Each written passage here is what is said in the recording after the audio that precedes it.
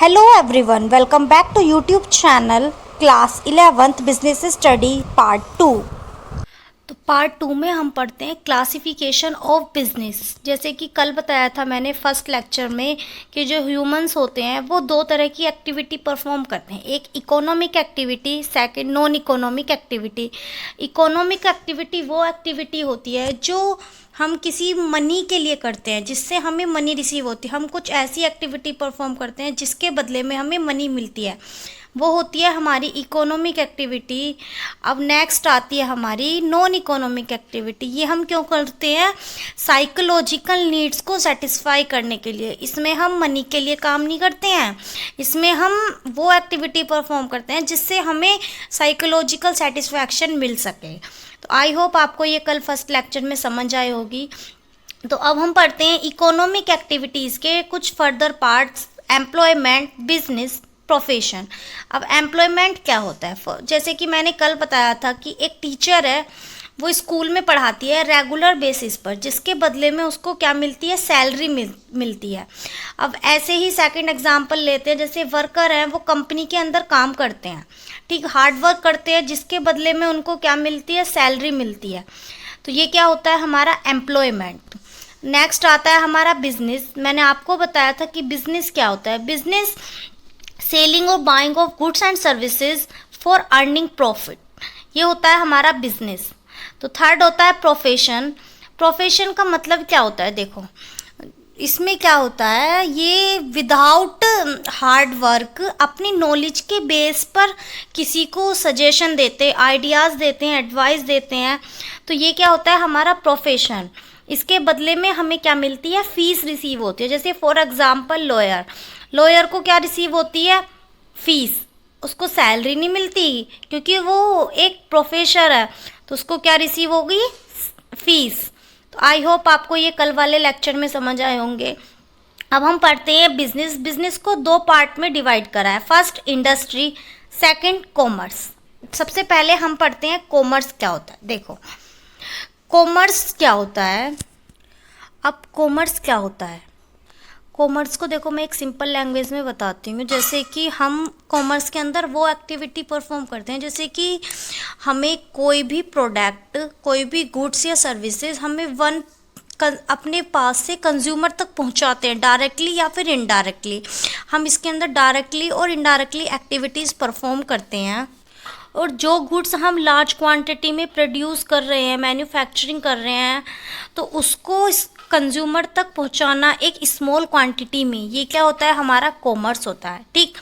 अब कॉमर्स के भी टू टाइप्स होते हैं, जैसे कि ट्रेड और ऑक्सिलरीज टू ट्रेड।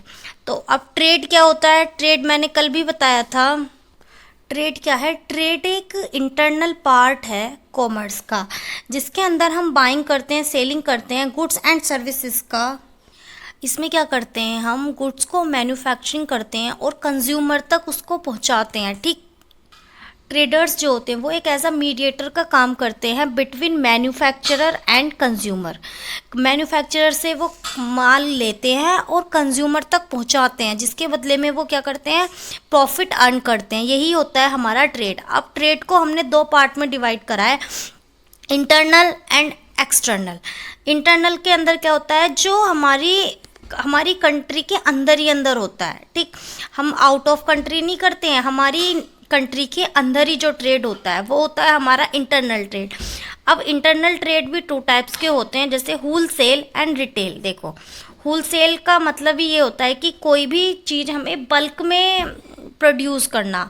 मतलब ये नहीं है कि हम वन क्वांटिटी में प्रोड्यूस कर रहे हैं। इसमें क्या करते हैं? हम बल्क में करते हैं, बहुत ज़्यादा एक साथ इकट्ठी पेटी की पेटी ही प्रोड्यूस करते हैं। तो ये होता है हमारा होल सेल। रिटेल में क्या होता है? जैसे कि हमने पैकेट्स में सामान मंगाते हैं, एक पैकेट सरफ, एक पैकेट चीनी, ये सब। तो ये क्या होते हैं? हमारा रिटेल। रिटेल में मतलब एक स्मॉल क्वांटिटी में करना, ये होता है होल सेलर। रिटेलर क्या करते हैं? देखो, होल सेलर से सामान खरीदते हैं बल्क में, ठीक। अब वो उसको क्या करते हैं? अपनी शॉप पे वो क्या करते हैं? एक स्मॉल क्वांटिटी में उनको सेल करते हैं, कंज्यूमर को छोटी छोटी जिन उनकी नीड के अकॉर्डिंग ही उनको सेल करते हैं, जिसके बदले में वो क्या करते हैं, प्रॉफिट अर्न करते हैं। तो ये होता है हमारा इंटरनल ट्रेड। आई होप आपको इंटरनल ट्रेड समझ आया होगा। अब नेक्स्ट आता है हमारा एक्सटर्नल ट्रेड। एक्सटर्नल मतलब हम अपनी कंट्री में तो कर रहे हैं, लेकिन आउट ऑफ कंट्री भी कर रहे हैं, दूसरों के साथ भी हम विदेश में सामान बेच रहे हैं, विदेश से सामान खरीद रहे हैं। तो अब इसके अंदर 2 पार्ट होते हैं, इंपोर्ट एंड एक्सपोर्ट। इंपोर्ट क्या होता है, विदेश में सामान खरीदना, विदेश से हम कुछ सामान खरीद रहे हैं, ये क्या होता है, इंपोर्ट करना। नेक्स्ट आता है हमारा एक्सपोर्ट। हम विदेश में सामान बेच रहे हैं, हम अपने सामान को मैन्युफैक्चरिंग करके आउट ऑफ कंट्री बेच रहे हैं, तो ये क्या होता है हमारा एक्सपोर्ट। आई होप आपको ट्रेड समझ आया होगा। अब पढ़ते हैं हम ऑक्सिलरीज टू ट्रेड। इसका मतलब ही यही होता है, ये एक सपोर्ट सर्विसेज होती हैं जो हमारी ट्रेड में हेल्प करती हैं। जैसे कि देखो, banking, insurance, transportation, storage, advertisement. अब बैंकिंग क्या है, बैंकिंग हमारा फंड के लिए काम करता है।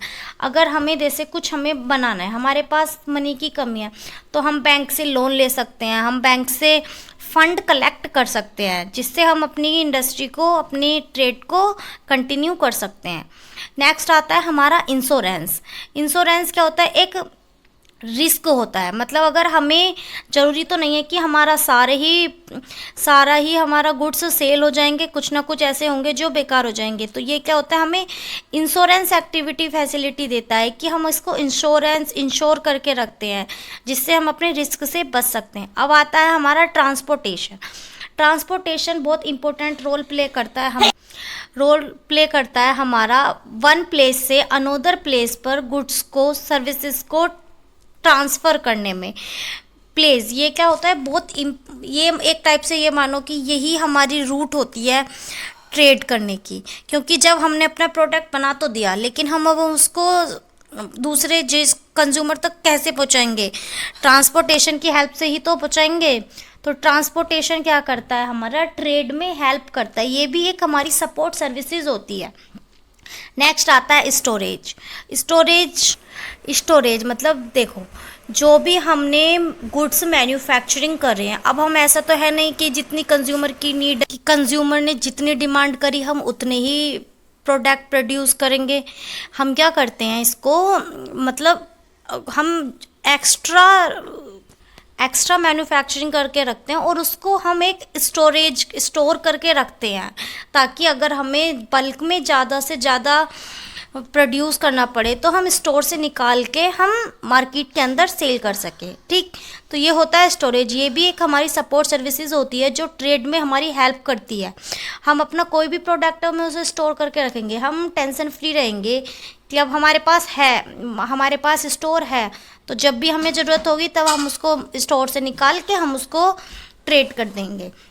तो आई होप आपको ये भी समझ आया होगा। अब नेक्स्ट आता है हमारा और लास्ट आता है एडवर्टीज़मेंट। देखो, अब एडवर्टीज़मेंट आज के टाइम में बहुत ही ज़्यादा रोल प्ले कर रहा है। अगर हमें कोई भी किसी अपने प्रोडक्ट को लोगों के बीच अवेयर कराना है, तो एडवर्टीज़मेंट हमारी हेल्प करता है लोगों को अपने प्रोडक्ट के बारे में, हमारे प्रोडक्ट के बारे में कंज्यूमर तक जो नॉलेज पहुंच सके, कंज्यूमर तक हमारी जो प्रोडक्ट है वो उनके पहुंच सके, उनकी नीड तक। तो ये हमारी हेल्प करता है हमारा एडवर्टीज़मेंट हमारी आज के टाइम में बिजनेस में बहुत ही ज़्यादा हेल्प कर रहा है। आई होप आपको कॉमर्स समझ आया होगा। अब हम नेक्स्ट पढ़ते हैं इंडस्ट्री। इंडस्ट्री क्या होता है, देखो, इंडस्ट्री का सिंपल मतलब यही होता है जो बड़े बड़े लेवल पर काम करती हैं, जो बड़ी बड़ी इंडस्ट्रीज़ होती हैं, जो डिफरेंट टाइप के गुड्स मैन्युफैक्चरिंग करती हैं, जहाँ रॉ मटेरियल से लेकर फिनिश गुड्स तक काम होता है, वो होती हैं हमारी रॉ इंडस्ट्रीज़। अब देखो, हम पढ़ते हैं इंडस्ट्रीज़ भी हमारी 2 टाइप की होती हैं। फर्स्ट होती है हमारी प्राइमरी इंडस्ट्री, नेक्स्ट होती है हमारी सेकेंडरी इंडस्ट्री। देखो, प्राइमरी इंडस्ट्री में क्या होता है, प्राइमरी इंडस्ट्री जो होती है वो बेसिकली डील करती है रॉ मटेरियल में। मतलब अगर हमें कोई भी प्रोडक्ट बनाना है, उसके लिए हमें रॉ मटेरियल चाहिए, तो रॉ मटेरियल लेकर कौन आता है, प्राइमरी इंडस्ट्री। फॉर एग्ज़ाम्पल अब हमें जैसे फर्नीचर बनाना है, अब फर्नीचर बनाने के लिए हमें लकड़ी चाहिए, तो लकड़ी कौन लेके आएगा, हमारी प्राइमरी इंडस्ट्री लेके आएगी। अब नेक्स्ट सेकंड एग्जांपल देखते हैं हम, जैसे हमें वूलन क्लॉथ्स बनाने हैं, तो वूलन क्लॉथ्स बनाने के लिए हमें वूल चाहिए। अब वूल लेके कौन आएगी, वूल लेके आएगी हमारी प्राइमरी इंडस्ट्री। तो जो प्राइमरी इंडस्ट्री होती है वो बेसिकली रूट होती है हमारी बिजनेस की। जो हमारा बिजनेस होता है वो स्टार्ट ही हमारा प्राइमरी इंडस्ट्री से होता है। जब हमारे पास रॉ मटेरियल होगा तभी तो हम अपना फिनिश गुड्स बनाएंगे। तो जो भी सारा रॉ मटेरियल लेके आती है वो लेके आती है हमारी प्राइमरी इंडस्ट्री। अब प्राइमरी इंडस्ट्री भी देखो दो टाइप की होती है, एक्सट्रैक्टिव इंडस्ट्री और जेनेटिक इंडस्ट्री। अब एक्सट्रैक्टिव अपने नाम में ही है, एक्सट्रैक्टिव मीन्स जो नेचुरल रिसोर्सेज को एक्सट्रैक्ट करती है। ऑयल हमें ऑयल माइन से निकालना होगा, फिर उसी से ही तो हमारे जैसे डीजल पेट्रोल वगैरह ये सब बनेंगे। तो हमें ये जो क्या है एक नेचुरली तरीके से जो हमें मिल रहे हैं वो होते हैं हमारे एक्सट्रैक्टिव इंडस्ट्री।